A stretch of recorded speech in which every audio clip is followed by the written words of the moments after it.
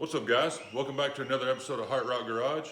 On today's episode, we're going to take you through a step-by-step process on doing a 2-inch front, 3-inch rear leveling kit on our 2020 Chevy Silverado. And for that, we teamed up with our good friends over at Torch Off-Road. They got us a kit out, so what is up with these wasps in here?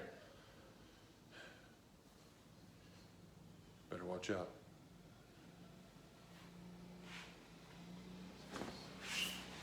Yeah, that's what I thought. You better run off. Anyway, get started.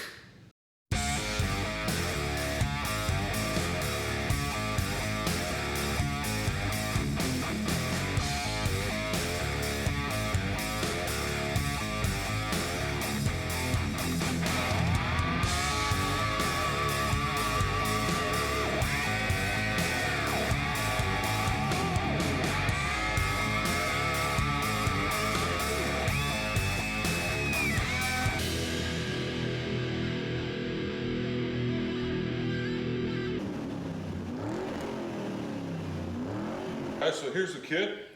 It comes with your front triangular spacers for the front struts. You got your 2-inch rear blocks for the rear with new extended U-bolts. All the hardware for that. Very detailed instruction manual, as they always do. And something really cool about this kit here is Torch is getting more and more into a lot more suspension stuff, such as certain models, upper control arms. If you look back on our videos, we had our first Torch video was the 98 GMC Suburban. We needed some upper control arms. They weren't making them back then, but if I still had that Suburban, I would be putting those on. Anyway, they're making some of those, and now they're doing some shocks. So what's really cool about this kit here is it comes with the extended shocks for the rear for when you raise that rear end up, putting these blocks in. Sometimes you can get a shock spacer from them, hit them up on the website, but these are the longer shocks. And this truck here, I go down some really bad roads, and the rear shocks were gone in it after I'd been, I don't know, 6 months running up and down these roads. So this kit's gonna help me get through some of the rough terrain that we have to go through. Some of these lease roads and stuff we go on are just horrendous. And you get a lot of bottoming out and stuff with these little half-ton trucks. So it's going to be good to get me that frame clearance that I need, and also get this better ride, because I haul a lot of equipment with it and I run up and down those roads. So this is going to help us a lot. We're going to really put this one to the test. All right, so a closer view. Here's your 2-inch rear blocks with the U-bolts. This is a triangular spacer, which is different from the normal round spacers you normally see. We'll get on that today. And then here's your extended shocks. As always, they send you a really good instruction manual and a courtesy letter with all of your kits, just saying to contact them. These are good guys, man. So I'm going to go ahead and get the wheels off, get it up on jack stands. That's all basic generic stuff that's in the instructions if you don't know that. I'm going to go ahead and get all that done, and then we'll start tearing into this left front driver's side first and get that strut out of there. Okay, so before we dive too far into it, I forgot for one little thing we need to do, and that's go ahead and get our wheel well clearance. So we'll just measure from here to here on the front and see how far away it is while the vehicle's on its own weight still. And then we'll come right back here on the rear, do the same thing, just go to the center of your tire up here to the bed, and I'll let you guys know what I get. Measurement on the front, center of the tire roughly. Very top of the tire, we're looking at 6 1/16. We're going to be right at 5 3/4 on this one. Always make sure you got a standard, whatever you're using of your choice. That's your choice. Just do it safely. On the frame somewhere where it's not going to rock and roll and mess around when you're beating and banging on it. And just when you do that, just get up, just shake the heck out of the truck and make sure it's not going to fall off. So like I told you, this is a 2020 model. Have not worked on one of those yet, but it's the same rough setup. You got your strut up here. This is where you take the bolts out for it, but we'll get to that later. Sway bar link on the back side now. This is towards the cab. So now these are running the sway bar behind the front cross member and differential. So you need to get underneath here and remove that bolt right there, which is going to allow this to have some sway room on this lower control arm. and then lower strut mount hardware. So you're going to remove this upper control arm nut here, and that will allow us to drop this hub assembly and everything down to where we can, we'll have to undo these. Then, like I said, here's your strut. Right down here on the bottom, there's 2 bolts on each side on that dog bone there. Take those out, and then you'll undo your upper control arm here. And what that's going to do is it'll allow us to take this whole hub assembly down, and then we can work on getting the strut out. So let's get to that point. Okay guys, driver's side and all that's in. I'm going to run through it all on the passenger side with you because this one has some issues that I was not aware I was going to have. Now that I've gone through it all, I'll be able to walk you guys through it easier. So I'm going to move on to the other side. Okay, so passenger side, I'll run you back through it. Sway bar here. I went on the bottom on the other side, and that was a pain in the neck. So I'm going to go ahead and, let me scoot you around here. Just do it right here on the top sway bar link mount. Take that off, and that'll be a lot easier than getting up inside that control arm, because that's a pain in the butt. It also specifies to take your brake caliper off. But what I did on the other side, and the reason for that is because I don't want you to stretch all these lines and break them. But this particular one, right? Sorry, man, I'm horrible at camera. You think I'd know how to do this by now? This one right here, I didn't want to take that out. That's all part of your ABS and everything. I didn't want to take that out because I didn't want to damage the sensor. So what I did was I just unbolted all these brackets here. There's one here. There's one right here. There's one back here. And then this one up here on your control arm. And then once I got the upper control arm undone, I just lowered this down and laid it over, and that didn't stretch these out. So I didn't have to take the caliper off. If I would have taken it off, that's still hooked to your control arm. So it still would have moved it around. It could have stretched it from up there. So I went ahead and just undid those brackets. It's a 10 millimeter. It was a lot easier that way. So we're gonna go ahead and just start on this one. Do the same way. We'll undo that sway bar link. We'll undo our tie rod in here. Then our lower strut mounts, which is, ooh, you can see it's a lot better on this side. It's these here on the bottom of your strut. Undo both of those. And then I'll show you this part here because there's a way to do this safely where you don't hurt yourself. But anyway, that's your upper control arm mount. And then we'll undo these up here. You can see it's got like wiring harness crap. You just push that up out of your way. And those are 18 millimeter. I'm gonna go ahead and just get started on it, and I'll kind of run you guys through it when I have little things to show you. Okay, so sway bar link, I know you can't see it from there, but I showed you a minute ago. I went ahead and just pulled that nut out. So now what we need to do is get our tie rod end here. Yes, 21 millimeter. That breaks off pretty easy. We're gonna be in for some damage for sure. And you think I tear stuff up now, just wait.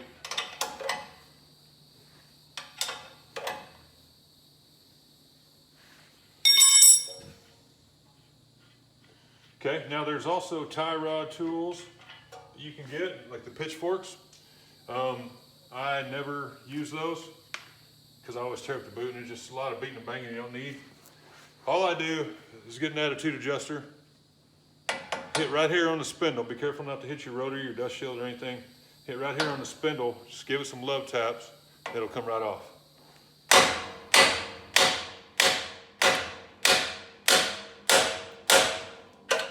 There it is. You'll see it kind of break loose. And now we've got our tie rod end off.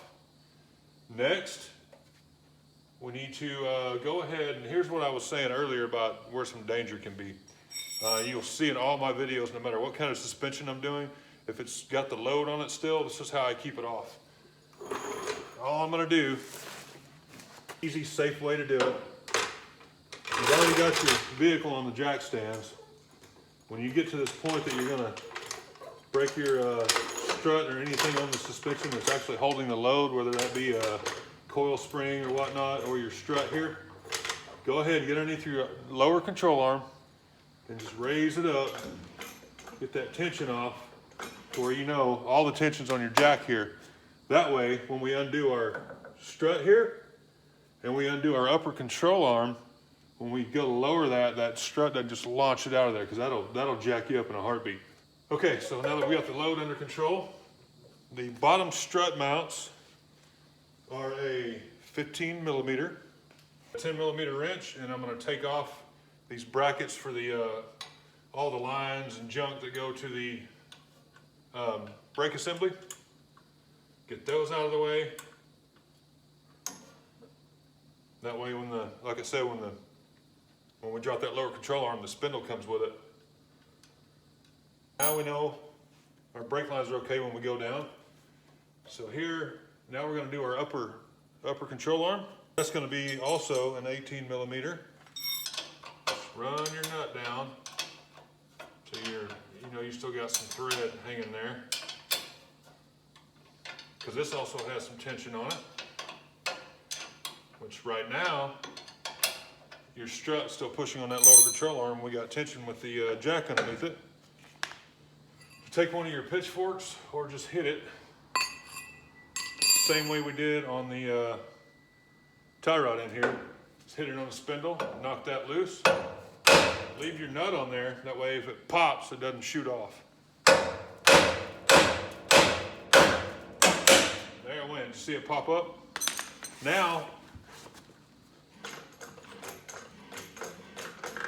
that's plenty. The truck's starting to raise up a little, so you can work it like that with your hand. You know you're safe. You got enough tension where it needs to be, so you can go ahead and take that thing off. Just be really careful and always keep checking to make sure nothing's slipped out of the way or gonna cause something to slip and shoot off and bust you. Because this is fun stuff and it's really cool when it's done, but this is dangerous as hell. If you ain't careful, you can get hurt bad. All right, upper control arm out of the way. Now we're gonna go ahead, get our jack and just lower this down.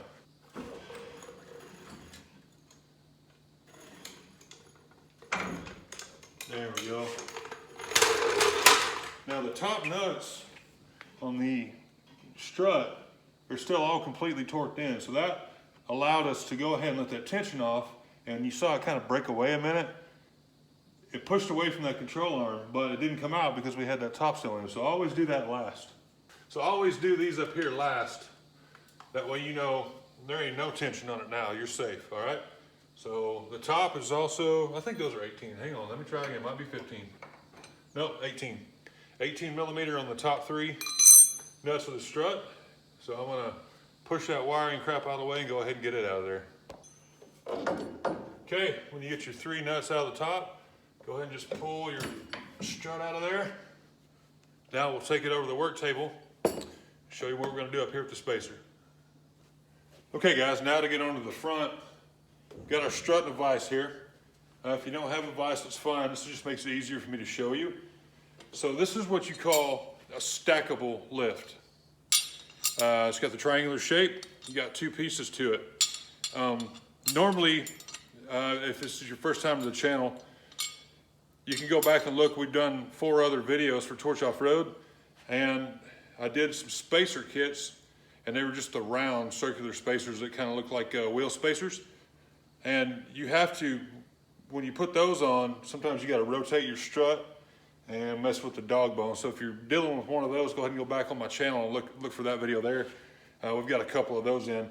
But this one is stackable. So what that means is where your stud, your OEM original stud comes out, your new stud's going to be in the same place, whereas before it'd be kind of cockeyed. It would rotate a little bit. So this one's going to, there's only one way it fits too, y'all. There it is. Okay, so this one's gonna go right in the same spot. So you don't have to worry about tweaking anything on the bottom of the strut. But what you do have to do is you put your plate in here. Go ahead and put that one on. And then we're gonna go in and just set this spacer on. And the reason why we're going to do that with it out being on the hole is because we're going to have to trim this stud a little bit on your on the original part of the strut. That way, when you go to put it on, your new strut's not sitting up in the air and it'll never ride right. Something will end up breaking. So you can see right there the gap we have. Hold on, let me help you get in here a little bit better, y'all. Right now there's a gap right here. Kind of pull it up a little. There's a gap. That's because your original studs are hitting right on our new spacer here. So what the best thing to do is go ahead and pull that out of the holes and just set it down next to it. Now you need to look at where the bottom of this stud is here, where it presses in, and make you a mark on your stud and cut that off. Get you a Sawzall blade, a grinding wheel, however you prefer to do it. That's up to you. I'm gonna use a cutting wheel. You can mark it, tape it, paint it, whatever you wanna do. But what I did earlier, stock bolts, I just went to right here. Let's see if I can zoom in a little bit. Sorry if it's shaky. As I went right here, you can see where there's that little bullet head looking piece right here. I just cut like a thread barely below it, and that made it perfect. I'll put the spacer on to show you kind of comparison. All right, now lay this one up there. See, now you can see where we're hitting, and we have space again. Take that out, set her down, look across here where you want to cut it. So I'm just gonna go just below where it's dirty from being in that red mud. Just cut it right there, just underneath that bullet. So you make your own mark and do it how you want.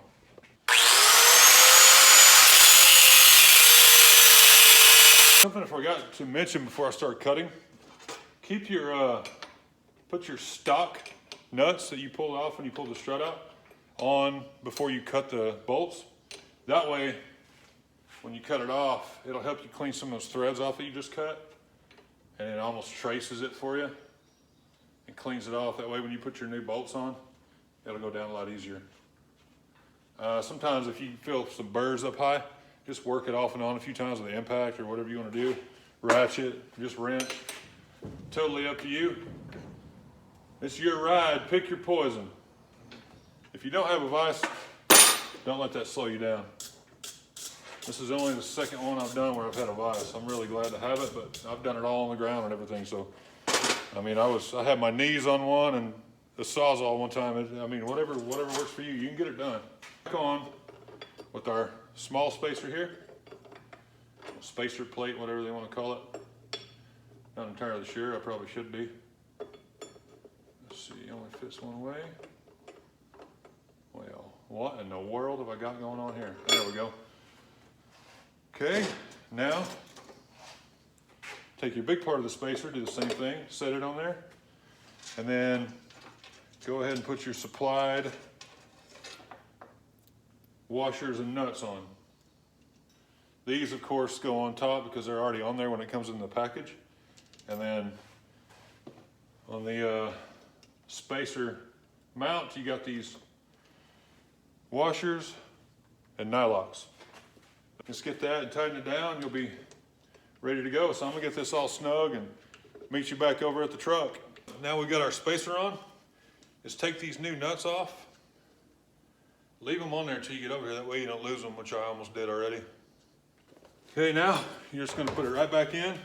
Same way it came out. On this particular one, I'm still running the OEM struts. So the sticker was faced out. You know, your dog bones pivoted forward to go on the A-arm there. You just put it right back the way it was. There we go, nailed it. Well, I thought I did. Spoke too soon, fellas. Got a little cocky. There we go. Nailed it! Control arm. Make sure you're in a spot where you can still get your strut bolts. Okay, note.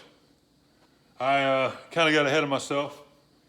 Don't completely tighten up your top strut nuts until you get your dog bone on the bottom of your strut mount put in. I had to use a ratchet strap and stuff to get that pulled where I needed to go. Otherwise, I was gonna have to undo everything up top. So just keep that in mind.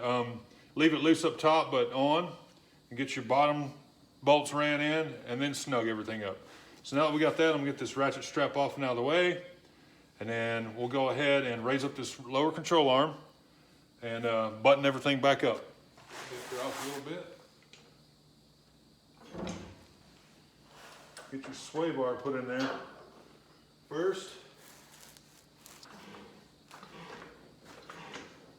up this lower control arm and it starts coming off your jack stand, so ease up on it then. That way you're not just sitting on your control arm, because if it were to slip and you're underneath or something, it's going to end up hurting. You got to work on the old upper control arm. Oh shit.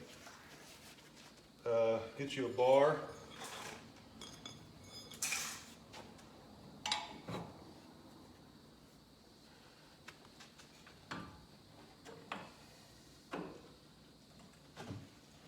Try it down on her like so. Get your nut ready. Put it on there as far as you can get it and let off. You're good. Now you'll have that tension from the spring on here to keep this ball joint from spinning. And go ahead and get her on. And just run that sucker up. It starts to spin. Just kind of take some load off of your lower control arm. That way it holds tension here. But you'll see it raising up as you're tightening it. Get your tie rod back in.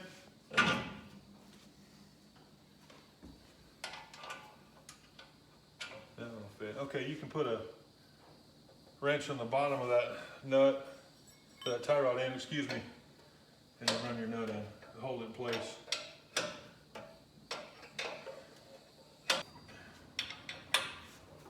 Get that good and snug. Now you got everything back together. Go ahead and get your brake lines put back on. And then we'll get the wheel back on it.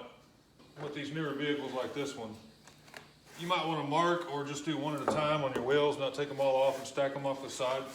Because with the tire pressure monitor system, the TPMS, these things, you don't want to have your right front over on the left rear or whatever, because it's going to show wrong on your internal stuff. So make sure you put the correct wheel back on the correct hub. Now just go ahead and raise it up. Everything clear out from underneath. You up or down. There we go. Yep, a little bit of a difference there. Good deal. Okay, let's move on to the rear. All right, guys, we've got the front on as I showed you. Went ahead and moved on to the rear. Had to charge up my camera. Had to charge the battery. Battery was a little low, so I thought I'd get me something to eat and drink and then start on the back. So what I went ahead and did was make sure I had all the wrenches and all that crap that I needed so I could buzz through it. And I went ahead and put WD-40 on all the bolts and stuff, because this thing's up and down gravel and dirt roads all the time, mud, everything. So that's what all that red silt is coming out from underneath it, because I'm constantly going up and down gravel roads. That's where most of the truck's mileage comes from, is county roads. So anyway, I'll take you over here and show you where we're going to take everything apart, and then we'll set the tripod down and kind of let you see me go through it. Okay, take off our U-bolt nuts. Bottom piece here. Go ahead and make sure you got your shock ready to come out. I already pulled that nut off like I told y'all. Just go ahead and just tap your bolt out of there. And it's ready. I already pulled the top one out. You'd think I'd wash this thing. Driver's side shock, it's in the same spot, a little easier to get to, because one is on the front side of the axle, which that's the passenger side, and then your driver's side's on the rear side of the axle. This one's a little easier to get to, but it also has that welded nut up there, so you just gotta work this nut out, pull it off, and you're good to go. Okay guys, now that our shocks are off, U-bolts are off, what I'm gonna do, I thought I'd set you here where you can kind of see how it works, and see how the axle separates here.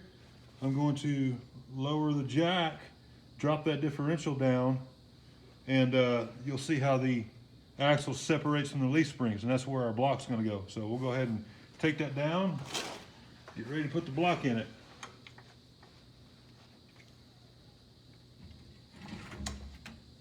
There we go. Oh, whoop. That's plenty. Get in there and put these new blocks in. Now it's time to put our lift block in the rear. So the hole goes on top. So it'll be just like the old perch on your axle. And that's where your packing bolt, your leaf spring pack bolt, the bottom of it goes inside this hole here. and then your pin here goes down in the old perch. Now what's important to remember is these things are tapered, right? So this side is shorter than the other side. So the shorter side goes towards the front of the vehicle. And what that does is make sure that your pinion angle on your differential right there is good and you don't tear up the U-joint. I'm gonna go ahead and just easily just set this down in that pin. And we'll go ahead and go over to the other side and do the same thing.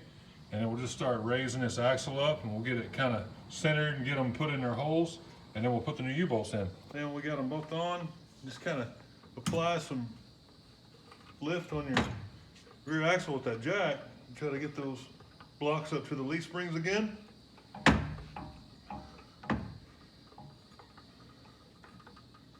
There we go. Now we ought to be able to adjust them. Now we just got to line this spot up here. It needs to go forward a little more.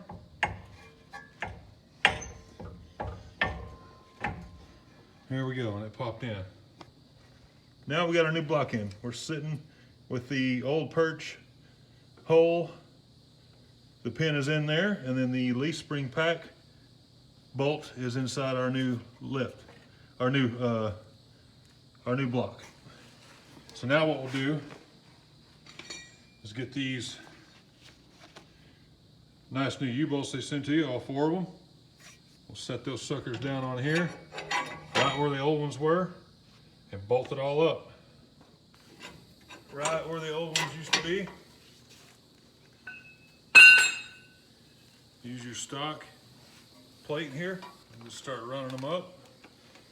Just want to go a little ways and then go to your other side and put the bolts on over there. Then we'll start bringing it up even. Now that I've got all the U-bolts on both sides in, I'm just going to use the jack and raise this up, get some tension on it, where I can actually get this axle and U-bolt sitting as it needs to be, and then we can snug them up. Okay, now that we've got it somewhat where it needs to be on both sides, and what I mean by that is the block, both pins on top and bottom are where they need to be. We're lined up with our leaf springs and everything. Go ahead and run your nuts up on the U-bolt snug, and then run over and get the other side snug, and then we'll start doing the pattern to tighten them up. And notice how, as I'm tightening this, it's pulling that rear axle and the pinion and everything, driveline, pulling it back up. So now is where you want to get your U-bolts and work them crossways, right? So what you don't want to have is any type of gap in between here. Get out of here, Wasp. Any gap in between your springs and your block, or your block and your old spring perch. So by doing that, what you need to do is just take these and go, this side's still loose, that's why I left it for you. I already got that side tight. Just run it up evenly, okay? So as you're running it up, just watch how your block is set, and you want to make sure these get tightened down and stay inside the spring perch here. And just work this one up, work this one up, and then come over and work this one. And then work this one up, come get that one. And just eyeball it as it's going up, that way it sits straight. And you don't have any type of, if that doesn't get set in there right, let's just put it this way, your rear end's gonna come apart and it's gonna be a bad deal. So if you'll just kind of work it evenly crossways until it's tight and torqued down, you'll be good to go. Now another thing you can do that I haven't done, and I don't want to right now, you can cut these U-bolts down. Once you know roughly how much you need, you can cut these down. And I'll end up doing that after I get it washed and everything else, because I don't want those things hanging down. It just sticks out like a sore thumb. So a good idea would be get it run up where you want and cut these off, and then you can get your impact on there and just bust it up a lot quicker, but I'm not gonna cut those off right this second. Okay, so we just wanna make sure we snug this one here up. And again, the cross pattern is gonna be all up to you. It's gonna be however you got the jack put in there, when you got the axle put back up and you put your U-bolts on, if it's leaning forward, leaning backward, all that stuff, you just need to eyeball it. we get this one snug here, and I know I'll flush back here. So now I'm going to go cross section to this side, crank it down.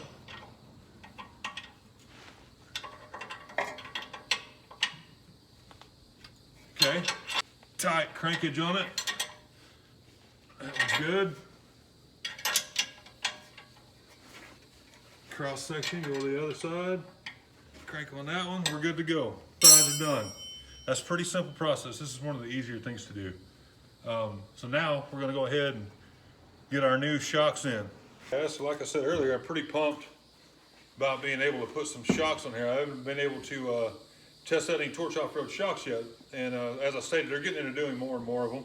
Luckily, this truck here had them, and I needed some shocks on this thing because they're torn out. So here's the new shock, and it's already set to the length that we're gonna need for that new block.